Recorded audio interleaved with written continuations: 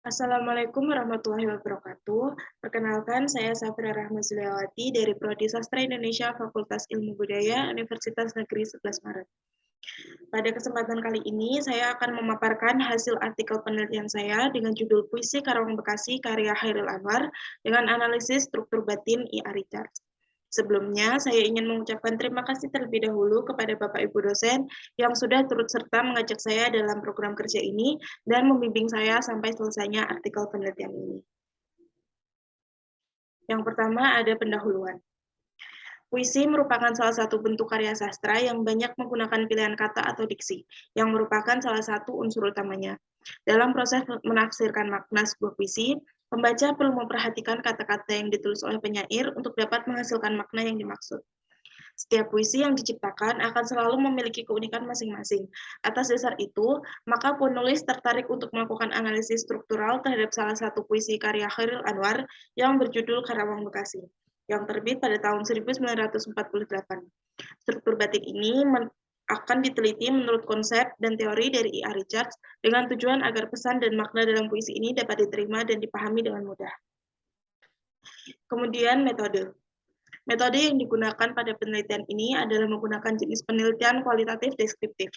Objek formal dalam penelitian ini adalah analisis struktur batin I.A. Richards yang digunakan penyair dalam puisi Karawang Bekasi karya Chairil Anwar. Objek materinya adalah puisi Karawang Bekasi karya Anwar dalam kumpulan puisi berjudul Aku Ini Binatang Jalang. Data dalam penelitian ini adalah unsur-unsur batin dalam puisi ini. Langkah-langkah yang dilakukan dalam penelitian ini adalah dengan membaca karya sastra, kemudian dilanjutkan dengan menganalisis data dengan membagi unsur-unsur batin dalam karya tersebut, dan terakhir adalah menyimpulkan. Dalam penelitian ini diterapkan juga konsep-konsep metode penelitian AKI yang meliputi bagian-bagian bahasa sebagai alat objek dan penelitiannya.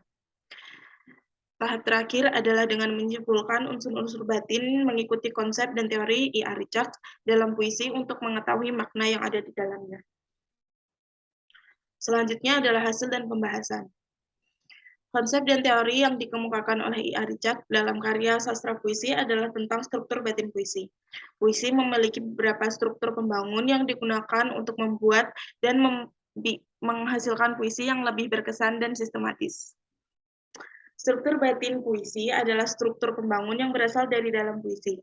Struktur ini juga dapat dikatakan sebagai isi atau makna yang mengungkapkan apa yang akan disampaikan penyair dan terdiri dari 4 bagian, yaitu tema, rasa, nada, dan pesan.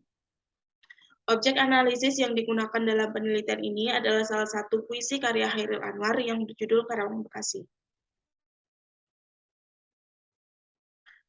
Yang pertama, tema.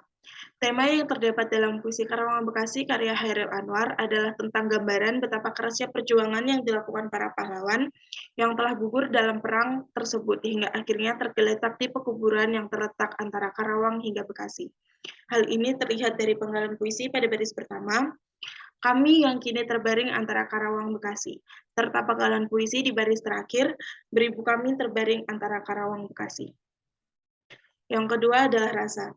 Rasa dalam puisi Karawang Bekasi ini adalah perasaan sedih yang telah dialami oleh Chairil Anwar ketika melihat begitu banyak pahlawan yang meninggal hingga tidak bisa lagi melanjutkan perjuangannya, serta disertai dengan adanya harapan besar bagi generasi muda agar mereka bersedia melanjutkan perjuangan yang telah dilakukan oleh para pahlawan yang gugur.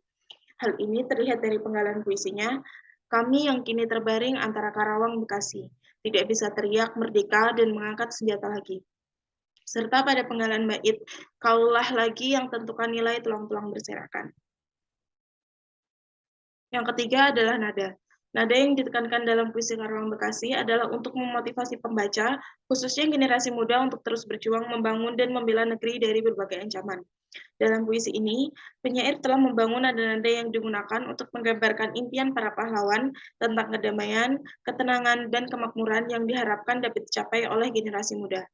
Selain itu, penyair juga membangun nada yang terdengar ironis dan dramatis. Terlihat pada bait, ataukah jiwa kami melayang untuk kemerdekaan, kemenangan, dan harapan?